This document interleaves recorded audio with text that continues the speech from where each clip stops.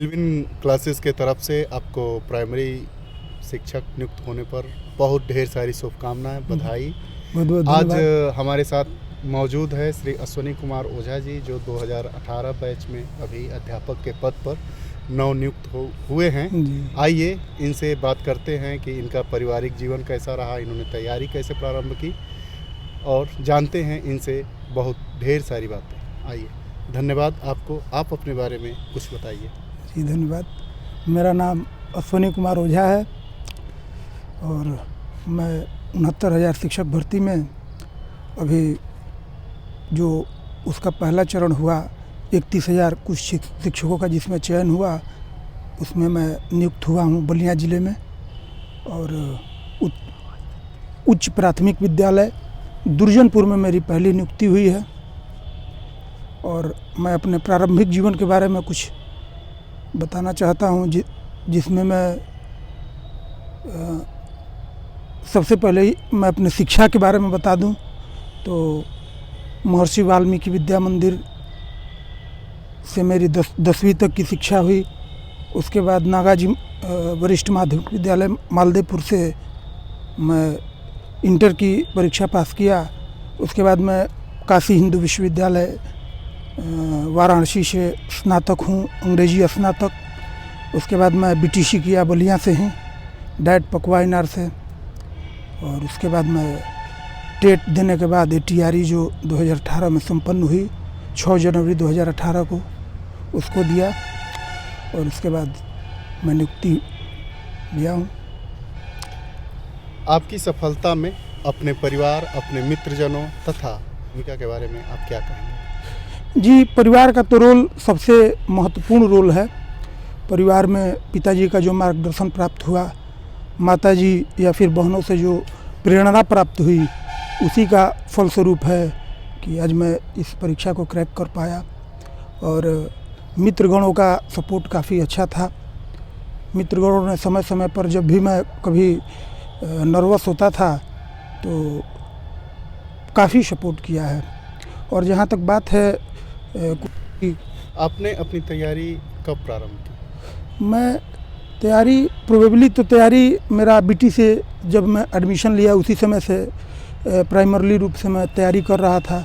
लेकिन main focus के साथ जो तैयारी की शुरुआत हुई वह टेट परीक्षा से कुछ समय पहले, यानी लगभग जुलाई 2018 के करीब में मैंने ये किया है।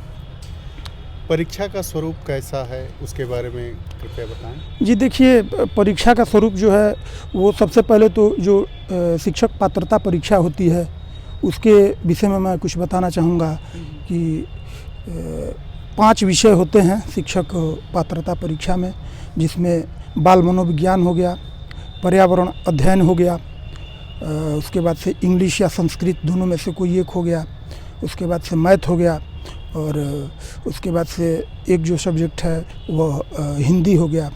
ये सब्जेक्ट उसमें होते हैं। उसको जो लोग क्वालिफाई करते हैं वही मुख्य परीक्षा सहायक अध्यापक की जो ATRE परीक्षा होती है उसके लिए वो क्वालिफाई होते हैं, मतलब योग्य होते हैं, वो लोग उसको भरते हैं। और ATRE में मेनली 14 सब्जेक्ट होते हैं। 14 सब्जेक्ट में से सेक्शन बटे हुए हैं कि इस सब्जेक्ट से इतने क्वेश्चन आएंगे, इस सब्जेक्ट से इतने क्वेश्चन आएंगे। और उन्हीं क्वेश्चनों में से 150 क्वेश्चन का पेपर टोटल होता है और उसमें से कट ऑफ निर्धारित होती है। उसके अनुसार से आगे आदमी सेलेक्ट होता है। आज के दौर में जी शिक्षा का एक नया स्वरूप जो जी चलन में आया है, जी ऑनलाइन शिक्षा, जी उसको आप कितना उपयोगी मानते हैं? ऑनलाइन शिक्षा आज के जो परिवेश है उसमें समझिए कि ब्रह्मास्त्र है मेरे अनुसार।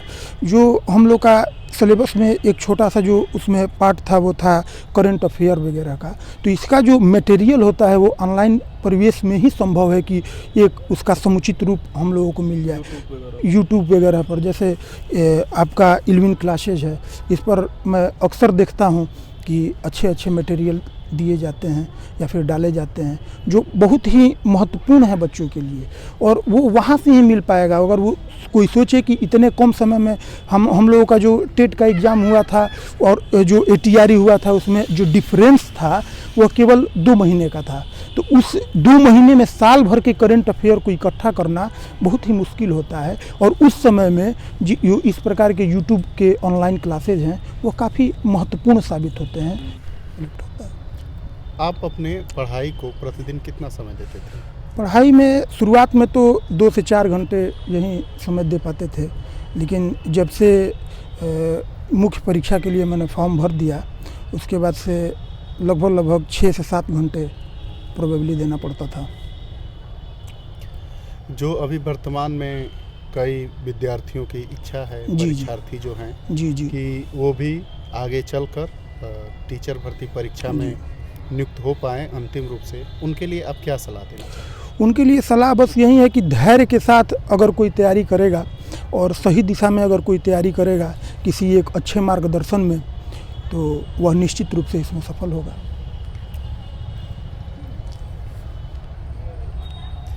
कुछ किताबों के नाम बताइए जो आपने सहायक पाठ्य सामग्री के रूप में किताबों में तो मुख्य रूप से पीडी पाठक की जो बाल मनोविज्ञान आती है या फिर एस मंगल की है जो चाइल्ड डेवलपमेंट एंड पीडियोलॉजी, उसको मैंने अध्ययन किया।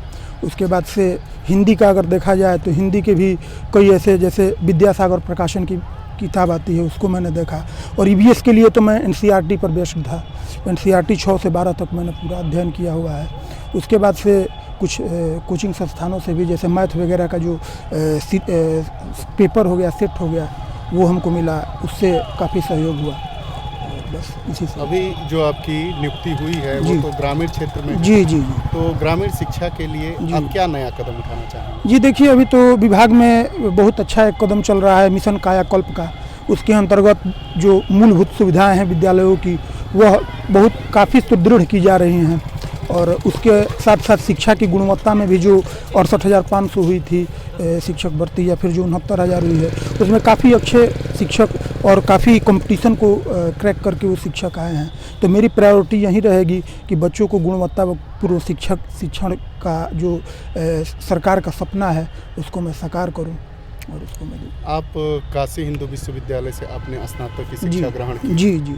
इतने उच्च और केंद्रीय विश्वविद्यालय से शिक्षा ग्रहण करने के पश्चात आपने प्राइमरी शिक्षक के रूप में अपने करियर को क्यों चुना? आपके पास तो ढेर सारे ऑप्शन होंगे। जी देखिए, इसका बहुत बड़ा रीज़न है चूँकि मैं ग्रामीण क्षेत्र से बिलोंग करता हूँ और अपने आसपास का जो स्कूल था उसमें मैं देखता था, या फिर मैं भी 5वीं तक की जो मेरी शिक्षा है वो प्राइमरी विद्यालय से ही हुई है। तो उसमें जो मैं देखता था कि यहाँ पर काफ़ी ध्यान देने की आवश्यकता है। यहाँ पर अगर बच्चों को कुछ अच्छा दिया जाए तो वे बच्चे भी उस स्तर तक जा सकते हैं जिस स्तर तक उनको जाना चाहिए। तो यही मेन रीज़न था कि जो हमारा परिवेश है, जो ग्रामीण परिवेश है, उसको गुणवत्तापूर्ण शिक्षा जो मिले, यही इस मेरा मुख्य उद्देश्य था इस क्षेत्र में आने का। आप हमारे साथ जुड़े रहे इविन क्लासेस में। आपका बहुत बहुत स्वागत, धन्यवाद। और आप शिक्षक के रूप में अपनी महत्वपूर्ण भूमिका अदा करेंगे, यही हमारी शुभकामनाएं। बहुत धन्यवाद।